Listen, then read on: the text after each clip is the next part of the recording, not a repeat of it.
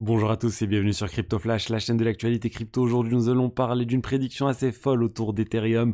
Je vais aussi vous parler de Vitalik qui a fait tout un post autour de l'IA et de la crypto. Je vais vous parler de Polygon, on va parler de Mime avec un piratage. Je vais vous parler aussi de Solana et de pas mal d'autres choses. Tous les jours, le meilleur de l'actualité crypto. N'hésitez pas à vous abonner, activer la cloche au niveau du cours des crypto-monnaies légères. Hausse de 1,3% aujourd'hui de tout le marché. BTC 43 500, Ethereum 2379. BNB 310 $. Alors, je voulais commencer par le sujet autour de Vitalik, qui vient de poster tout un article autour de l'IA et de la crypto. Personnellement, c'est un sujet qui m'intéresse. L'IA, ça m'intéresse. La crypto, ça m'intéresse. J'ai pas toujours trouvé, j'ai pas trouvé clairement d'investissement qui me plaisait pour m'exposer à l'IA et la crypto, parce que je voyais pas forcément le lien direct entre les deux. Je commençais à voir les choses avec Bitansor, etc., mais jamais trop creusé le sujet. Du coup, c'est pour ça que j'ai trouvé cet article très intéressant de Vitalik et sur les diverses choses qui peuvent être où l'IA et la crypto peuvent vraiment interagir. Il y a 4 grandes catégories qui existent en fait. Je vous invite à lire l'article, ça parle de beaucoup de choses, mais ce que je peux vous dire, c'est qu'il cite bien Bitansor à un moment. Regardez, on peut le voir ici. Il le cite dans la 4e catégorie, la catégorie qui est prometteuse, qui est assez intrigante, mais c'est sur le long terme, où vraiment l'objectif, ça va être de développer, on va dire, une IA. La cible, c'est de développer, on va dire, l'IA ultime, et c'est un peu ce que fait Bitansor avec l'entraînement petit à petit, etc.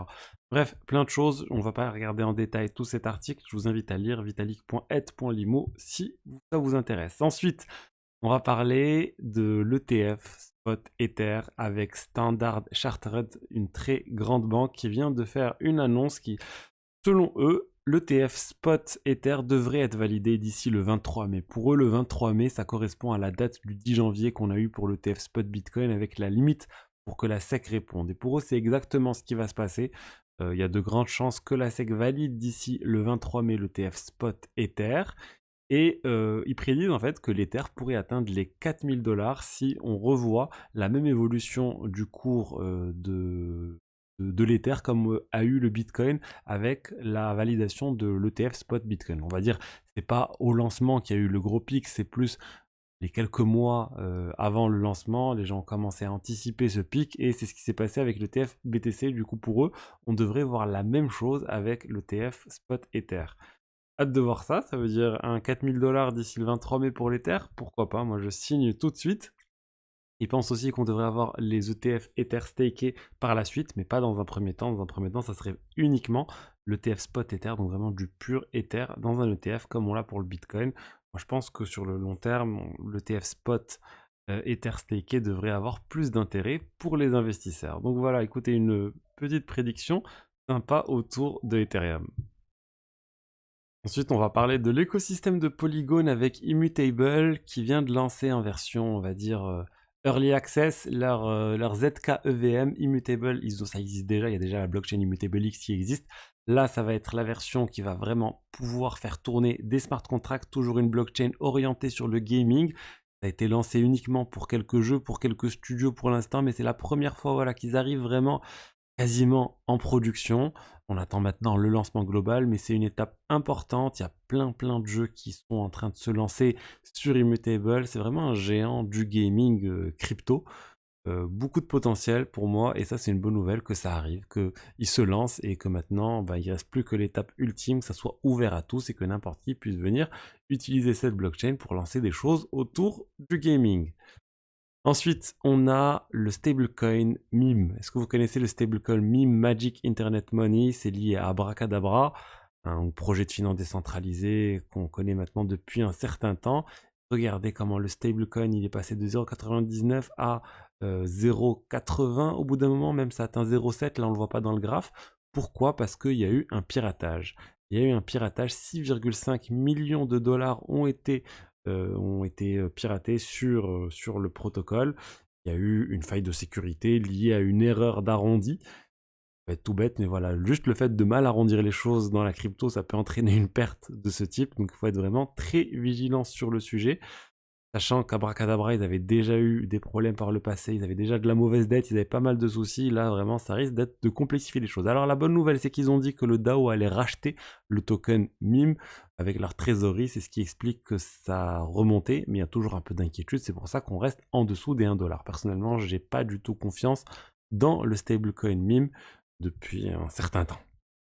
Ensuite, on va parler de Solana. Solana, avec la diversité des clients sur Solana qui s'améliore, la diversité des logiciels qui font tourner le réseau Solana qui est en train de s'améliorer, avec une nouvelle société, Anza, qui est en train de se lancer. Ils veulent lancer aussi leur propre validateur pour faire tourner le réseau. C'est des anciens de Solana Labs qui sont derrière ce projet, donc des anciens employés de la société qui est derrière Solana. Ils sont en train de lancer du coup leur outil, ça sera un fork, donc ça sera une copie du code initial du nœud normal qui fait tourner le réseau Solana, mais ils sont en train de le copier, faire des améliorations, ça va s'appeler Agave. Donc c'est une bonne chose. Pourquoi? Parce que jusqu'à maintenant, enfin jusqu'à il y a 1 an on va dire, on parlait surtout juste du logiciel principal qui faisait tourner le réseau de Solana Labs. Depuis il y en a d'autres, il y a Jito, il y a Tiny Dancer, il y a Fire Dancer aussi qu'on attend maintenant depuis un certain temps qui est lancé par Jump Crypto. Et maintenant, ça va faire un autre. Ça veut dire que Solana commence à avoir plein de logiciels différents. Et ça, c'est intéressant parce que ça veut dire que s'il y a un bug dans un logiciel, ça n'entraînera pas la chute de tout le réseau Solana comme on a pu l'avoir par le passé. Il restera toujours 30% qui fonctionnent et du coup, ça fait que la blockchain continue à fonctionner alors par le passé, on a souvent eu des arrêts total, on va dire, de toute la blockchain de Solana. Là, ce n'est pas censé arriver quand on a plein de logiciels différents. Alors là, oui, ça reste un fork, donc ça va être une copie du code. Si c'est une erreur dans l'ancien code, ça sera la même chose et le réseau va arrêter de fonctionner, on va dire. Mais sur les nouvelles fonctionnalités, au moins, ils développeront les choses eux-mêmes et j'espère que ça sera vraiment indépendant pour avoir une meilleure stabilité du réseau Solana qui se porte tout de même bien depuis un certain temps maintenant. Il n'y a plus de chute globale de tout le réseau depuis pas mal de mois, voire quasiment 1 an, j'ai envie de dire.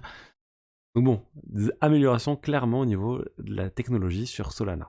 Ensuite, vous vous rappelez du couple qui avait été arrêté aux États-Unis pour avoir blanchi ou potentiellement être à l'origine du piratage de Bitfinex avec les 3 milliards de dollars blanchis qui ont été saisis?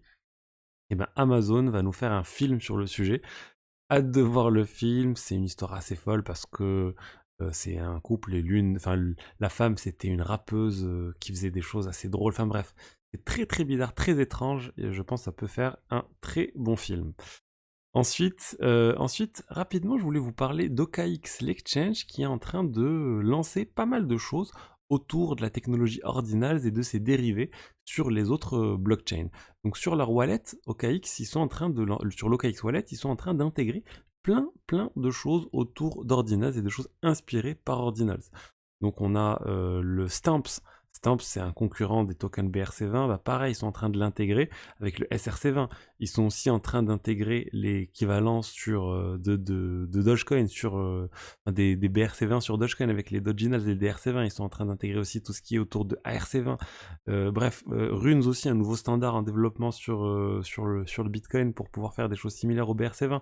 Bref, ils sont vraiment en train d'adopter massivement la technologie liée à Ordinals pour pouvoir avoir un wallet simple d'utilisation qui permet de manipuler tout ça au sein d'un même wallet. Et ça, c'est intéressant parce que c'est pas toujours facile d'interagir avec tous ces protocoles différents. Donc vraiment, bravo à OKX. On va voir maintenant s'il y a d'autres wallets qui vont faire des choses similaires. Donc voilà ce que j'avais à vous dire aujourd'hui sur l'écosystème crypto. J'espère que le contenu vous a plu. Si c'est le cas, je vous invite à liker, à commenter, à vous abonner. Et je vous dis à demain pour une autre vidéo d'actualité.